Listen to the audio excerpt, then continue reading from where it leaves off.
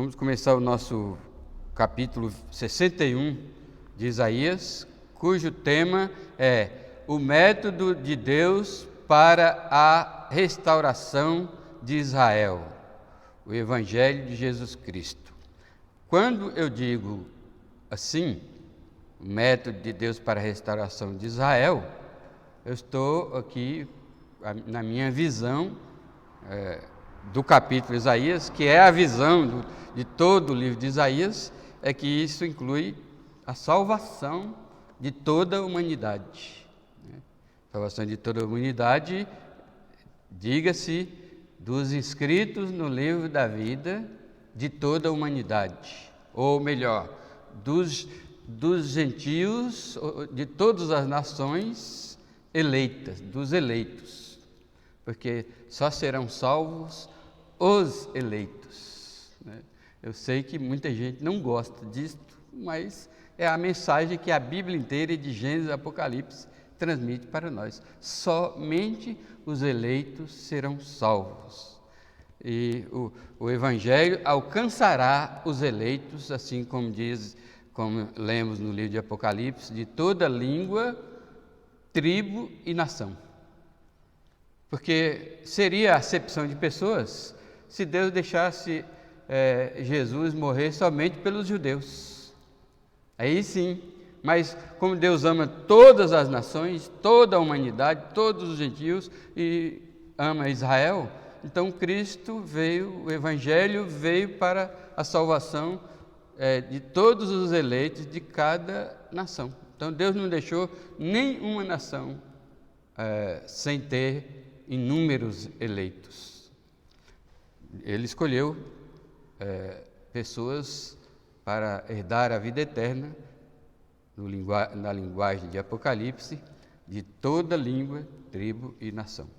Então, esse tema aqui, embora se refira a Israel, dizendo o método de Deus para a restauração de Israel, o Evangelho de nosso Senhor e Salvador Jesus Cristo, mas esse tema é abrangente e se estende, como nós vamos verificar aqui, na exposição do capítulo, a todas as nações. Nós vimos em Isaías 60 que ele descreve o resultado final da nova aliança. O resultado final da nova aliança é o estabelecimento da nova Jerusalém, a nova habitação de todos os salvos, como eu acabei de dizer, de todas as nações. Mas como ficou claro a semana passada na pregação do capítulo 60, aqui há uma mistura de milênio com eternidade. Então, ou seja, uma mistura da Jerusalém dos tempos do milênio com a nova Jerusalém dos tempos eternos, aquela que João do Apocalipse vê descer do céu. Só que a Jerusalém do milênio não desce do céu, é a restauração da Jerusalém de sempre e da atual Jerusalém. Então, verifica-se aqui muitos indícios econômicos, sociais, religiosos, característicos da nova Jerusalém, no capítulo 60. Então, mas de qualquer maneira, o capítulo 60 é o desfecho das promessas da nova aliança. Agora, o capítulo 61 é um relato dos meios que Deus usa a fim de que tanto Israel como as nações gentílicas possam chegar ao desfrute das bênçãos da nova aliança, que é o Evangelho.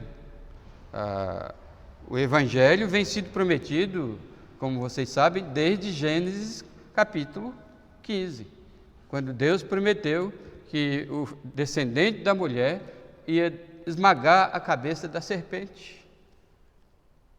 Então, vem sido prometido, o Evangelho está lá em Gênesis. E muito mais evidente em Isaías, e mais evidente ainda em Isaías 61. Então, Isaías 60 descreve o resultado final, enquanto que Isaías 61 descreve os meios de se desfrutar das bênçãos da nova aliança. Repetindo, Isaías 60 descreve o resultado final da nova aliança. 61 descreve os meios de alcançar essas bênçãos descritas no capítulo 60. E essa mensagem é bem clara, e a gente pode apropriadamente dizer que se refere ao Evangelho como meio de qualquer um, seja judeu ou gentil, se alcançar as bênçãos da nova aliança. Porque Jesus mesmo, lendo essa passagem por ocasião da sua chegada a Nazaré, quando pediram para ele falar, ele deram o rolo do livro para ele, e ele abriu o livro. Nessa época não era livro assim, né? Era rolo. Então ele chegou enrolou o rolo até chegar no capítulo 61 de Isaías. E ao ler o livro de Isaías, ele se aplicou aquele capítulo a ele mesmo. Né? Como o Evangelho a gente fala o Evangelho de Jesus Cristo, mas o Evangelho é o próprio Senhor Jesus Cristo. Ele é o Evangelho. Jesus é a boa notícia, Jesus é a boa nova, de que a principal boa nova que Jesus veio trazer é que judeus e gentios fazem parte ou podem fazer parte da nova aliança, e por meio do Evangelho, judeu e gentio alcançará as bênçãos prometidas na nova aliança. Então, esta passagem, para a gente entender o livro de Isaías, aqui a título de recapitulação, essa passagem se refere a uma situação histórica na vida de Israel após o seu retorno do cativeiro. Essas promessas de Isaías, desde capítulo 40 ao capítulo 66, se aplica literalmente a Israel retornando do cativeiro, se instalando novamente como moradores da terra que eles moravam e tiveram que deixar por conta do cativeiro. Mas essas bênçãos, essas coisas aplicáveis a Israel no retorno do cativeiro, apontam como se fosse uma espécie de tipologia, né? Aponta tipologicamente, vocês entendem o que significa? Aplica tipologicamente, ou seja, ou melhor dizendo, aplica profeticamente ao futuro a partir da época da vinda do Messias. Então, quando Isaías 61 está falando de Israel, resumindo aqui, Isaías 61 está falando de Israel no retorno do cativeiro da Babilônia, mas apontando para a vinda do Messias, até o estabelecimento da Nova Jerusalém, que é a conclusão, por assim dizer, o desfecho das promessas da nova aliança. Tá certo? Então, isso aqui foi real na vida de Israel durante a sua morada na nova terra, até hoje, né? Com muitas limitações, é claro, por causa das transgressões que Israel continuaram transgredindo, Mas isso que está sendo prometido a Israel para a sua nova morada, na sua nova terra, após a libertação do cativeiro, apontando para a vinda de Jesus, o Messias, e o seu andamento até a eternidade. Muito bem. Então, a mensagem. Vamos para a mensagem aplicativa para nós. Lembre-se, Jesus aplicou os textos de Isaías para ele, especialmente o 61. Vamos aplicar para nós também, como temos feito até aqui? Então, a mensagem aplicativa para nós é a seguinte: sua esperança, eu estou me referindo a vocês que me ouvem, sua esperança, caro irmão, é reforçada a cada dia. Por quê? Porque neste capítulo a ênfase recai sobre o poder, sobre a eficácia e sobre os efeitos sobrenaturais do Evangelho de Jesus Cristo. Grife aí, sobrenaturais, porque os efeitos do Evangelho são sobrenaturais. O Evangelho faz aquilo que a criação não pode fazer, certo? O máximo que a criação pode fazer é transmitir uma mensagem do poder, como diz Romanos capítulo 1, transmitir uma mensagem do poder e dos demais atributos de Deus, né? Visando abater, eliminar as desculpas do homem que não busca a Deus, dando desculpa porque não tem informação. Então, a criação de Deus se encarrega de dar essa informação, né? Existe um Deus justo, Criador do céu e da terra, que é poderoso, onisciente, onipotente, autoexistente, tudo. Paulo deixou claro, todos os atributos de Deus são revelados através da criação, então ninguém tem desculpa. Mas poder para transformar uma vida é só o Evangelho, exatamente porque o Evangelho não é apenas uma mensagem. O Evangelho é o poder, é a eficácia e os efeitos que produz efeitos sobrenaturais, porque o Evangelho é a pessoa de Jesus. Então, as pessoas falam, eu já vi pessoas falarem, quando eu aceitei o Evangelho, não é simplesmente aceitar o Evangelho como uma mensagem. E essas pessoas que me diziam, no passado que eu ouvia, eles não tinham transformação de vida nenhuma, porque eles apenas aprenderam alguns jargões do Evangelho, apenas reconheceram a existência de uma mensagem que apontava para a salvação, mas eles próprios não tinham a salvação, porque o Evangelho não é uma simples mensagem. O Evangelho é o próprio Senhor Jesus Cristo. Por isso, a mensagem desse capítulo é: sua esperança, irmão, é reforçada a cada dia, porque nesse capítulo a ênfase recai sobre o poder, sobre a eficácia, sobre os efeitos sobrenaturais do Evangelho de Jesus Cristo, dos quais você já faz parte, a partir de quando você foi salvo, certo?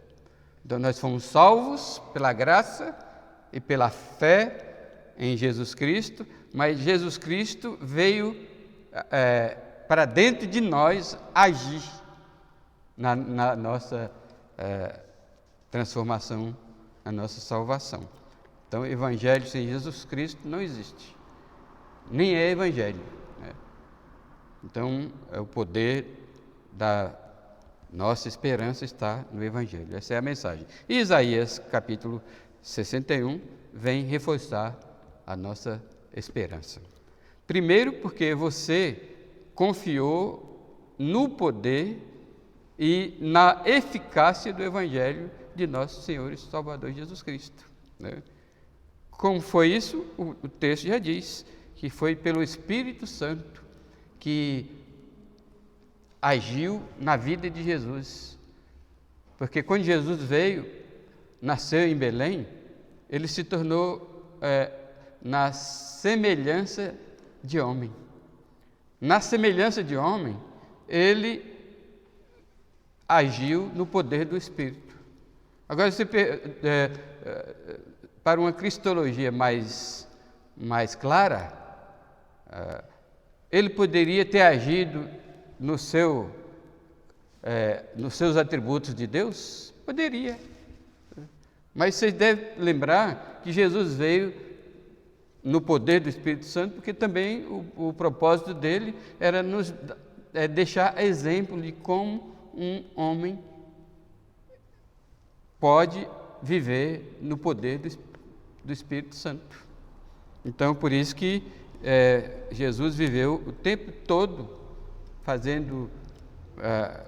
realizando a sua obra no poder do Espírito Santo. Mas é claro que ele é Deus. Mas a epístola aos Filipenses, vocês se lembram? Filipenses 2, diz que ele não agiu como Deus.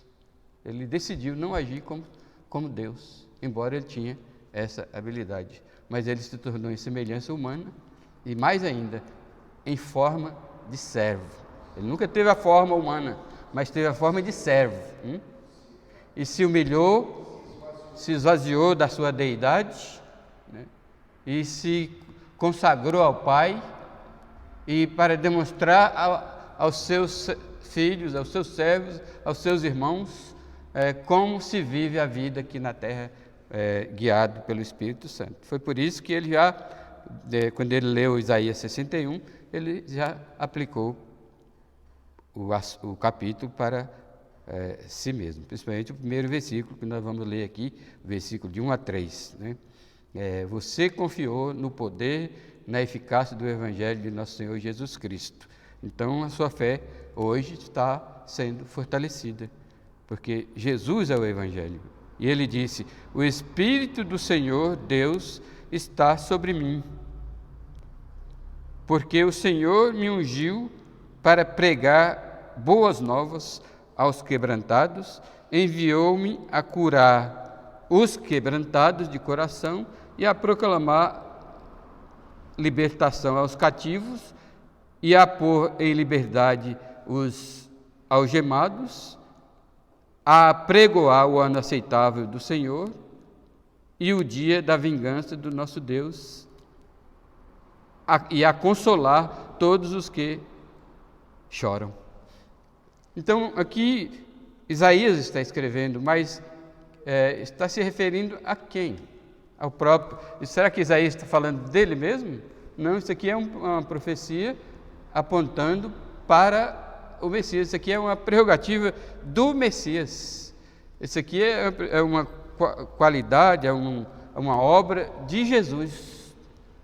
Então, porque a profecia do livro de Isaías está sempre apontando para a primeira vinda de Jesus, mencionando, é claro, não deixando de mencionar de vez em quando a segunda vinda de Jesus, certo? Mas o forte de Isaías é a primeira vinda de Jesus, ou seja, a manifestação do Messias aguardado por Israel.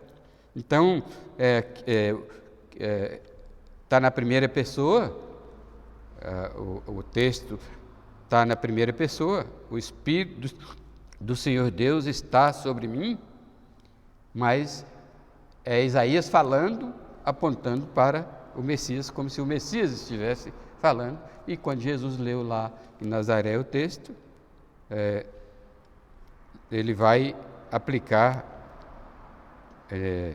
para si mesmo. Lá em Lucas capítulo 4, 18 e 19, Jesus aplicou para ele mesmo. O Espírito do Senhor Deus está sobre mim. Com qual propósito? Qual é o propósito do Evangelho? Qual é o propósito de Jesus? Por que Jesus veio? Porque o Senhor me ungiu, né? Ele é ungido, o Messias. O propósito é pregar as boas novas aos quebrantados. Aqui se refere não quebrantado fisicamente, quebrantado espiritualmente, porque o pecador é assim, quando a história da salvação das pessoas que foram salvas quando eles foram salvos, no dia da sua salvação, eles estavam muito quebrantados pelo arrependimento.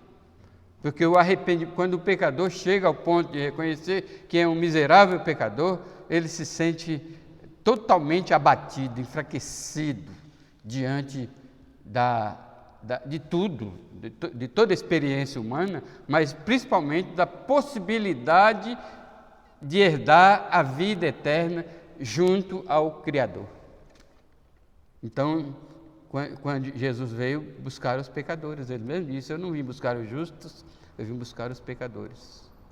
Os sãos não precisam de médicos, mas os doentes precisam de médicos. Então, Jesus veio proclamar essas boas novas, essas boas notícias de salvação aos quebrantados. As pessoas que não, os presunçosos que acham que ele tem valor, que acha que ele tem capacidade de alcançar a vida eterna, reatar a comunhão com Deus por meio de suas obras, por meio de seus merecimentos, seus méritos, esses não são alcançados pelas boas novas desde quando Jesus estava aqui, desde sempre. Né? Dizer eu posso, nunca. Né? Então o quebrantado é que ele disse: eu queria herdar a vida eterna, eu queria me aproximar de Deus, eu queria ter comunhão com Deus, eu queria ser salvo, mas eu não posso. Então, as boas novas é apregoada aos quebrantados, é aqueles que chegam a um ponto de arrependimento dos seus pecados. Enviou-me a curar os quebrantados de coração. Então, porque esse quebrantamento, o arrependimento, leva uma pessoa a um estágio de doença, de fraqueza, que ele é considerado como um doente. O arrebatamento adoece a pessoa, só que é uma doença visando a saúde imediata, porque Jesus foi enviado para curar esses quebrantados de coração, quebrantados pelo pecado. Também ele foi enviado para libertação dos cativos, porque o homem ele é cativo. Nesse caso, ele não é cativo apenas do pecado, ele é cativo do pecado, que já é um cativeiro severo, porque o escraviza aos vícios, escraviza às paixões, escraviza a maldade, escraviza a rebeldia contra Deus e o afastam cada vez mais de Deus. A escravidão do pecado é uma escravidão severa, mas o homem está cativo também do sistema, do mundo, né? Do cosmos. Né? Por isso que João diz para os crentes: não ameis o mundo, nem as coisas que há no mundo. Os crentes têm que exercitar o afastamento cada vez mais do mundo. Né? Do mundo só nos interessa as coisas para a subsistência, para a sobrevivência, nada mais. Né?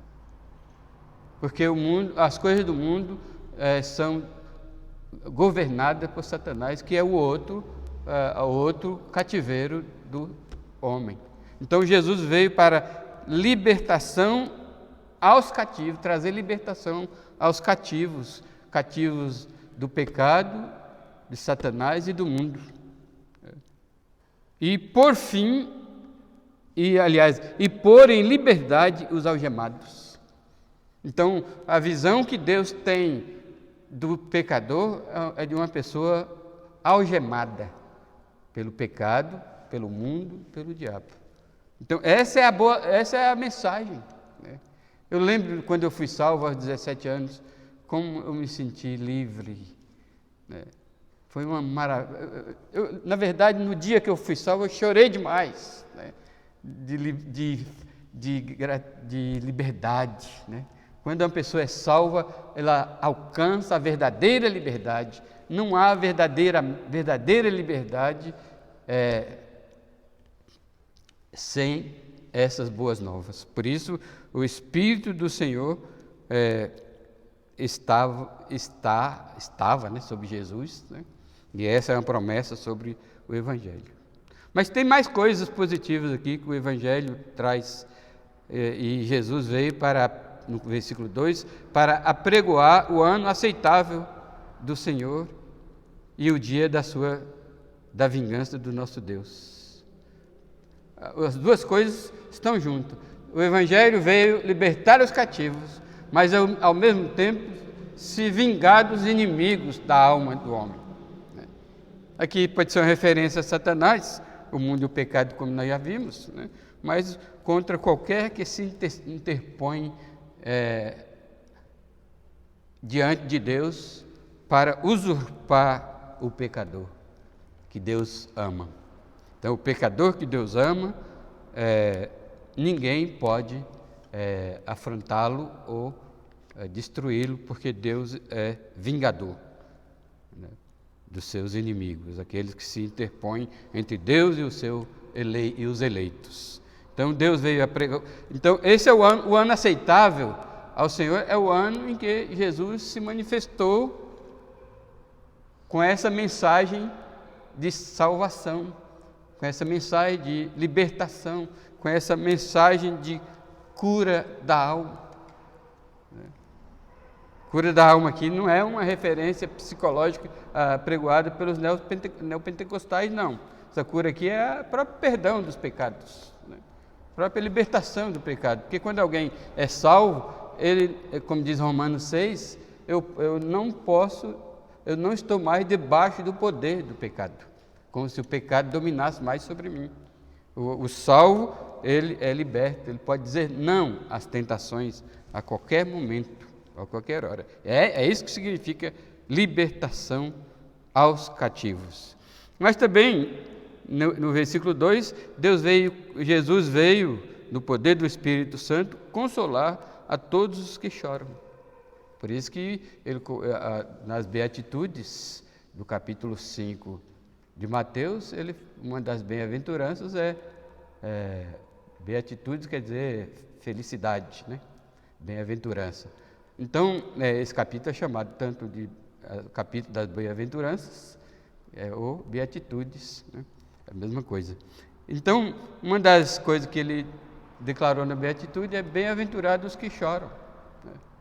Agora aqui não é os que choram porque perdeu R$10 na rua, não é aqueles que choram pelos seus mortos. É claro que Deus consola os que choram pelos seus mortos, mas a ênfase é aquele que chora pelos seus pecados. O quebrantado, ele chega a um ponto de fragilidade tão grande que ao se arrepender desses pecados, ele chora. Então o Evangelho vem e o consola com o perdão, com a salvação. Também tem mais coisas envolvidas no propósito pelo qual o Evangelho veio sobre nós.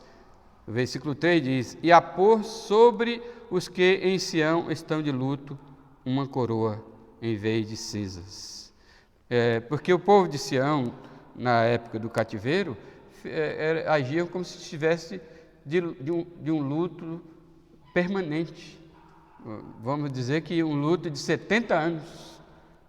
Luto é símbolo de tristeza. E o povo, como eu já disse, esses capítulos de Isaías se refere ora à libertação de Israel do cativeiro de Babilônia, ora à libertação de todas as nações do cativeiro do pecado.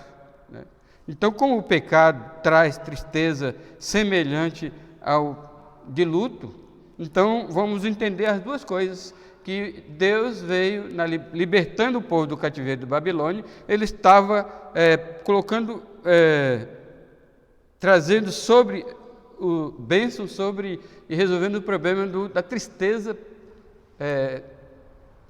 da longa tristeza que Israel estava passando ao fazê-lo retornar para a terra prometida novamente. mas também se refere ao pecador que é alcançado pelo Evangelho. Porque a tristeza que o pecado traz sobre o pecador arrependido, a ênfase aqui é sobre os quebrantados, os arrependidos. Porque os pecadores não arrependidos, eles se divertem, eles estão morrendo, eles estão sofrendo, eles estão sendo humilhados, pisados, pilhados pelo pecado, mas eles não reconhecem o pecado. Então, eles aproveitam muitas vezes o pecado para se divertir. Mas aquele que reconhece pelo poder do Espírito Santo, pelo poder do Evangelho, que o seu pecado, ele não fica divertindo, ele se sente como se estivesse de luto, triste, né? Uma tristeza profunda. Aí Jesus vem e substitui essa tristeza profunda, como diz aqui o versículo 3. E a pôr sobre os que em Sião estão de luto uma coroa em vez de cinzas. Óleo de alegria em vez de pranto. Vestes de louvor em vez de espírito angustiado. Então, porque quando a gente é salvo, eu lembro como foi o dia da minha salvação, 14 de abril de 74. Foi um dia maravilhoso, um dia de alegria, né? E daí para cá, nunca mais luto, nunca mais tristeza, né? O evangelho não é uma coisa, o Evangelho que é o próprio Jesus Cristo, não apenas uma mensagem, não é algo passageiro, não são momentos felizes, são momentos que perduram para a eternidade, a nossa alegria. E as provações? E os motivos de tristeza que temos durante a nossa carreira cristã?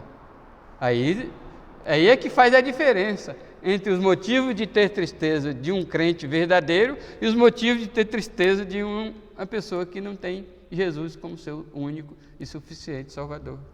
Porque o crente que tem Jesus como pastor, como eu pregoei lá no Salmo 23, nas pregações sobre depressão, a tristeza dele é superada minuto a minuto, porque as tristezas dele não duram, não são perenes. As tristezas do crente é passageira.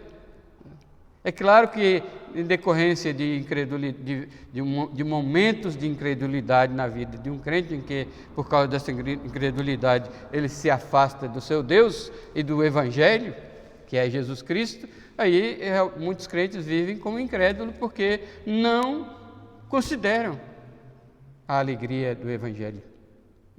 É como os anunciantes dos mortos do Covid. Eles anunciam 500 mil mortos, mas esquece de 18, 20 milhões de pessoas que tiveram Covid e sararam, né? Por que não enfatizar também esse lado? Sentir o lado de cá e sentir. O crente é a mesma coisa. Por que ele não considerar que as provações contribuem para o bem dos que amam a Deus? Por que ele não olha para a sua idade, para o tempo em que ele segue Jesus? Quantas vezes Deus lhe sustentou na hora das tribulações, nas provações? Então o crente não precisa se entristecer. Então, permanentemente, certo? A tristeza deve durar pouco na vida do crente, né? Porque Jesus veio para pôr sobre os que em Sião estão de luto uma coroa em vez de cinzas, óleo de alegria em vez de pranto, vestes de louvor. Aí o crente louva. O crente precisa aprender a assobiar, louvar a Deus, cantar. Há crentes que nem cantam. Vocês cantam em casa? Vocês cantam durante, você assobia, né? É isso, porque Deus colocou isso no nosso coração, uma veste. O louvor cobre o crente como se fosse uma vestidura, né? Mas não de lamúria, de queixa, né? Esse maldito Covid. Não.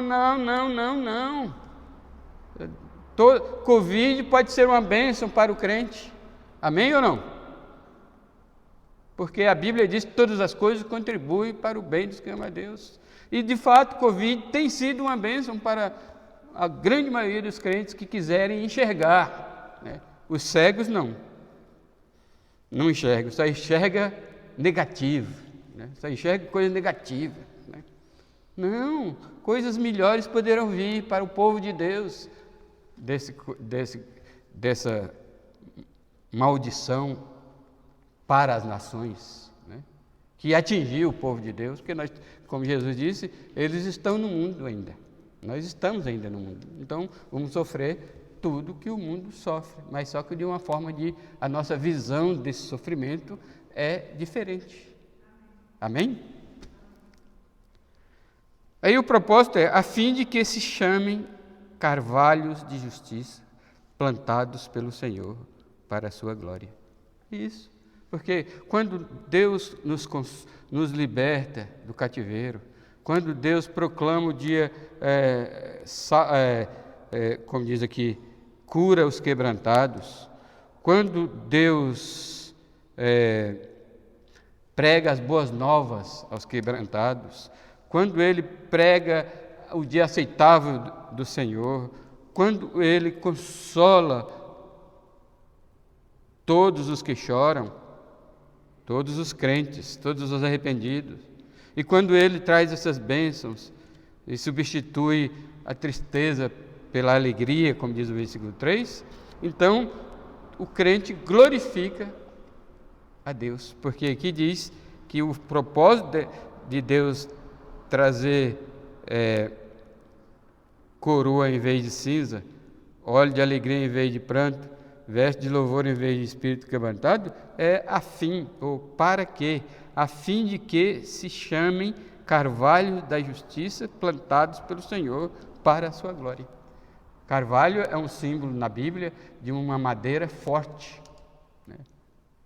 Não somente robusta, mas forte, que resiste aos raios, às tempestades, né? E aqui os crentes, por causa disso, que Deus fez por nós, a partir do Evangelho, é que o crente tem que ser forte, todos devem olhar para nós como carvalho, né? Plantados por Deus, e se nós agirmos assim, Deus vai ser glorificado em nossa vida, o nosso testemunho vai ser evidente a todos, e vai ser uma coisa, o nosso testemunho é para atrair os eleitos para o Evangelho. Amém, meus irmãos? Então, você confiou, né, no Evangelho, na eficácia do Evangelho de nosso Senhor Jesus Cristo, no seu poder, e tem essas bênçãos aqui das boas novas anunciadas por Jesus. Segunda coisa, você passou pela transformação realizada pelo Evangelho de nosso Senhor e Salvador Jesus Cristo, que é o versículo 4 até o versículo 9. Vamos ler? Aí os resultados do Evangelho, de tudo isso que Deus faz conosco, é transformação de vida. A gente tem que fazer uma avaliação se a mensagem do Evangelho transformou a nossa vida. Aí o versículo 4 diz: edificarão os lugares antigamente. Aqui no começo é referência à volta dos judeus à Palestina, certo? Após o cativeiro da Babilônia. E eles iam fazer o seguinte: eles iam edificarão os lugares antigamente assolados. Então, os lugares destruídos que Nabucodonosor e seus soldados destruíram, eles vão restaurar, edificar novamente. Começando do templo, que Esdras voltou para reconstruir o templo, os muros que foram derrubados, Neemias voltou para edificar. Essa é uma referência. Restaurarão os de antes destruídos e renovarão as cidades arruinadas, destruídas de geração em geração. Então, quando eles voltaram, uma das bênçãos é que eles poderiam ter força, material, recurso para restaurar Jerusalém e todas as outras cidades destruídas pelo rei Nabucodonosor, né? Mas essa prática real, histórica, na vida dos judeus, apontava para uma restauração mais profunda e eterna no futuro. né? E é claro que nessa época aconteceu essas coisas. Estranhos se apresentarão e apacentarão os vossos rebanhos. Estrangeiros serão os vossos lavradores e os vossos vinhateiros. Claro que Israel contou, na época do retorno de Isaías, do cativeiro, com alguns parceiros de outras nações que o ajudaram, isso é claro, né? Mas isso será muito mais forte no milênio, né? Mas vós sereis chamados sacerdotes e vos chamarão ministros de nosso Deus. Isso ainda não aconteceu. Por causa da transgressão, Israel não, mesmo com o retorno da Babilônia, não foram reconhecidos pelas nações como sacerdotes de Deus. Mas no milênio eles serão reconhecidos. Comereis as riquezas das nações e na sua glória vos gloriareis. Isso aqui também não aconteceu em profusão, mas é futuro, é escatológico. Em lugar da vossa vergonha, tereis dupla honra. Em lugar da afronta, exultareis na vossa herança. Por isso, na vossa terra possuireis o dobro e tereis perpétua alegria. Então, dupla honra, né? Israel não teve ainda, não chegou a esse ponto de possuir a dupla honra, porque a dupla honra consiste em ser criado à imagem e semelhança de Deus, mas ter sido alcançado pelas boas novas do Evangelho de Jesus Cristo. E só esses que têm dupla honra. O crente, alcançado pelo Evangelho de Jesus Cristo, além de ostentar a imagem e semelhança de Deus, ele ostenta também o poder do Evangelho de Jesus Cristo. Ele foi feito nova criatura, dupla honra. Israel não chegou a ter isso ainda. Israel como nação. Claro que tem muitos judeus que se converteram e seguiram e seguem a Jesus Cristo, né? Mas Israel como nação alcançará isso somente no futuro.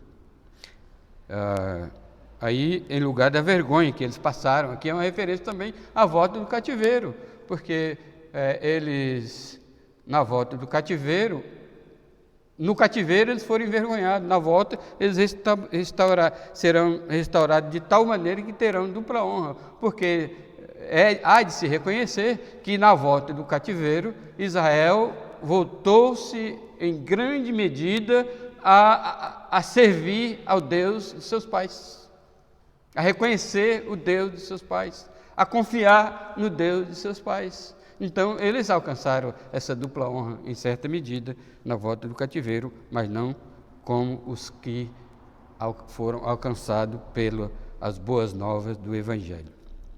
Porque eu sou o Senhor, amo o juízo, odeio a iniquidade do roubo, dar-lhes-ei fielmente a sua recompensa, e com eles farei aliança. Então, à medida que que as pessoas vão sendo transformadas, né?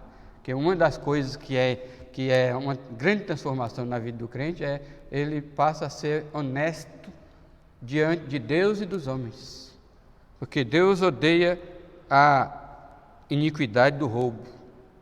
Lembra-se que uma mentirinha é um roubo, né? Mentir é o mesmo que roubar.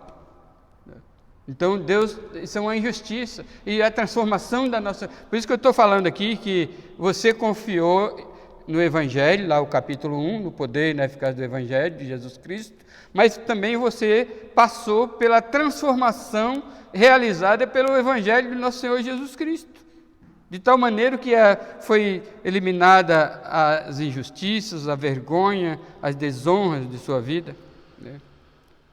Porque o Senhor, o Senhor, amo o juízo e odeio a iniquidade do roubo.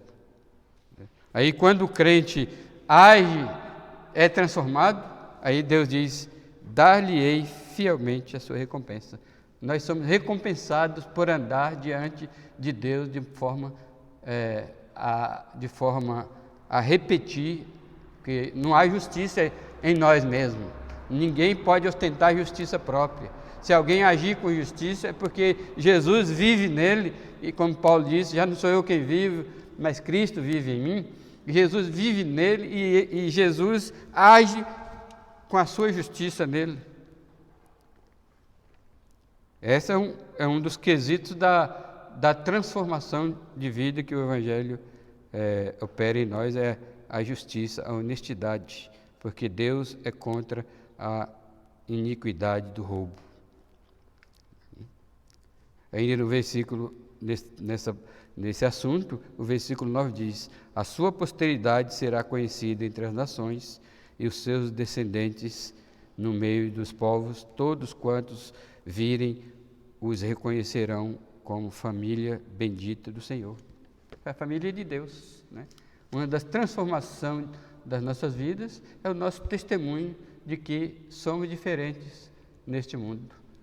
Somos da família de Deus, vivemos como tais. Eu sei que há muitas pessoas que ostentam se chamar de crente, que não parece ser da família de Deus. Eles são desanimados como os do mundo, os que não são da família de Deus, são incrédulos como os que não são da família de Deus, vivem em depressão, em ansiedade e pecando como os outros que não são da família de Deus, não dão um bom testemunho. Está certo? Porque quando você foi alcançado pelas boas novas do Evangelho, que é o próprio Jesus vivendo em você, houve uma radical transformação em sua vida. E aqui, para concluir a pregação, concluir assim no sentido de completar, o terceiro ponto aqui agora sua vida, agora que você já foi alcançado pelas boas novas, que você já foi transformado pelas boas novas do Evangelho, agora sua vida é só louvor, é só alegria, né? A sua vida é só o louvor e a alegria dos que foram alcançados pelo Evangelho de nosso Senhor Jesus Cristo. Será que eu estou falando uma verdade sobre os crentes da nossa época? Será que os que dizem ter sido alcançados pelo Evangelho, a vida deles é só louvor? Ou você ainda encontra lamúria, queixa, sofrimento, rosto rígido, pessoas nervosas, se queixando, ou pessoas contando as bênçãos? Meus irmãos, graças a Deus, uma das bênçãos que trouxe para mim a pandemia foi um espírito de louvor. Só há dentro de mim louvor e agradecimento. Sempre houve, mas a pandemia parece que reforçou, que esse deve ser uma das grandes bênçãos do coronavírus. Reforçar o espírito de louvor, de alegria, de gratidão a Deus, principalmente pela nossa salvação, porque o fato, meus irmãos, de saber que se eu morrer, eu vou para o céu é maravilhoso, mas tem muito mais, né? Aí os versículos 10 do capítulo 61 de Jeremias fala disso. Depois que o Espírito do Senhor se apossou de Jesus para ele realizar pregar boas novas aos quebrantados, para ele curar os quebrantados de coração, para ele proclamar a libertação dos cativos e pôr em liberdade os algemados, apregoar o dia aceitável, o dia bom, o dia gostoso, o dia maravilhoso, que o Senhor se agrada, que o Senhor se alegra em ver os frutos do seu trabalho. Esse é o dia aceitável. E vingar-se dos seus inimigos, consolar os que choram, substituir o estado de alma dos arrependidos, uma coroa em vez de cinza, alegria em vez de pranto, louvor em vez de angústia, e usar a gente como um meio, um instrumento, uma via de glorificar a Deus, né, pela transformação das nossas vidas. Aí agora é só regozijo, só alegria, como diz o versículo 10, regozijar-me-ei muito, não é pouco não, o crente deve regozijar muito, Por isso que Hebreus diz: como escaparemos nós se negligenciarmos tão grande salvação? Se não valorizarmos tão grande salvação? Regozijar-se, versículo 10, regozijar-me-ei muito no Senhor. A minha alma se alegra no meu Deus. Aqui está falando de quem? Aqui pode se referir a muita gente.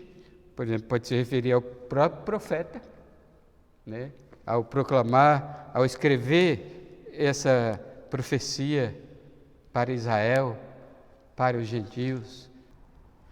Então, que pode se referir a muitas pessoas, pode se referir ao profeta, pode se referir ao próprio Senhor Jesus, mas principalmente a nós que fomos alcançados por essa graça maravilhosa, pela graça de Deus em trazer a salvação e todas essas bênçãos sobre nós, todos os membros, aliás, os participantes da nova aliança, estão aqui.